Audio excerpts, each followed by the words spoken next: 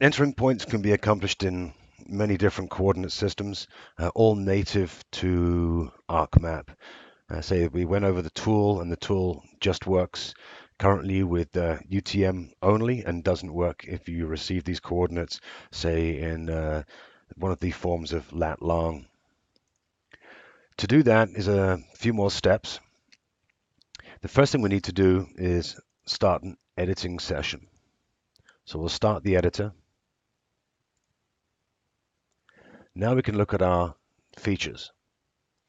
If you remember, the features that are shown here on the templates are what is highlighted here on the left on the layers. So if I was to unselect clues, all the clues templates would disappear. If I select the clues, that allows me to use these templates.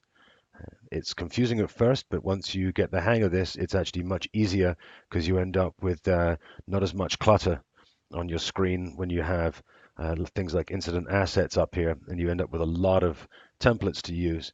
So it's easy when you just display the templates that you're going to be working with. So we're going to be entering a point. We will go through the same exercise using the clues. So this time, rather than using the XY tool, we'll select the template. So again, this is going to be a clue of unknown type. If it was a relevant clue, that's great. We could put that in as well. But this is going to be an unknown type. Once I've selected the template, I can move out onto the map, and I can, if I know where it is, I can just click and add that point anywhere we wish. So if I wish to add a point right here on the saddle, for instance, I can just left click the mouse and it puts the point in.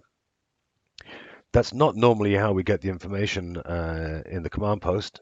Normally someone out in the field is on the radio and they're giving us some coordinates of what they found and where they found it. To do that, we can right click the mouse. If you right click, you have the option of absolute XY. When selected, this gives me a choice of all these different coordinate systems to enter our information in. So if we did receive this in UTM, it's just one long string, and we can go ahead and plug the UTM number in. We'll use the same UTM that we used last time. Note there is a space in between, not a slash. Also, there's no checking here that you put the correct number of digits in. If you do put the incorrect number of digits in, the tool just won't draw your feature, but it doesn't give you an error message either. Once you've got this typed in, you just hit enter on the keyboard. And here you can see it placed our point exactly the same place as we did using the XY tool. I'll go ahead and delete this. That was just pressing delete on the keyboard, by the way. The point was selected because it's blue, and it's got that blue highlight on it, so you can just hit delete on the keyboard to get rid of it. If I choose absolute XY again, and we'll choose a different coordinate system, so degrees, minutes, seconds, somebody gave you the information here. So say 119, and we can just change this to 18, and we'll change this one to 23. Again, hit enter, and there's our point entered. Now note that it does not scroll the map for you. The XY tool does move the map and center the point that you just entered.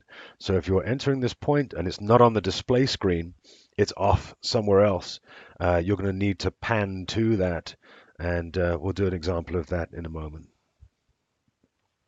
Lastly, we'll enter another point in degrees, decimal, minutes. So let's just change the value here.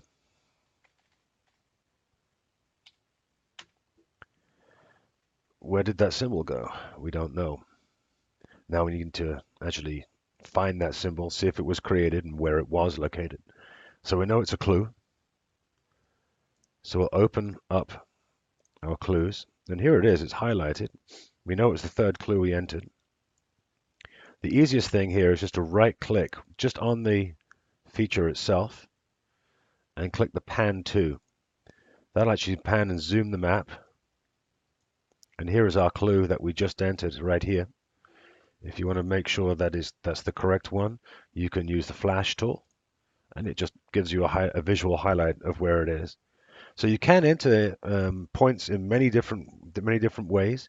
You can use all the different coordinate systems.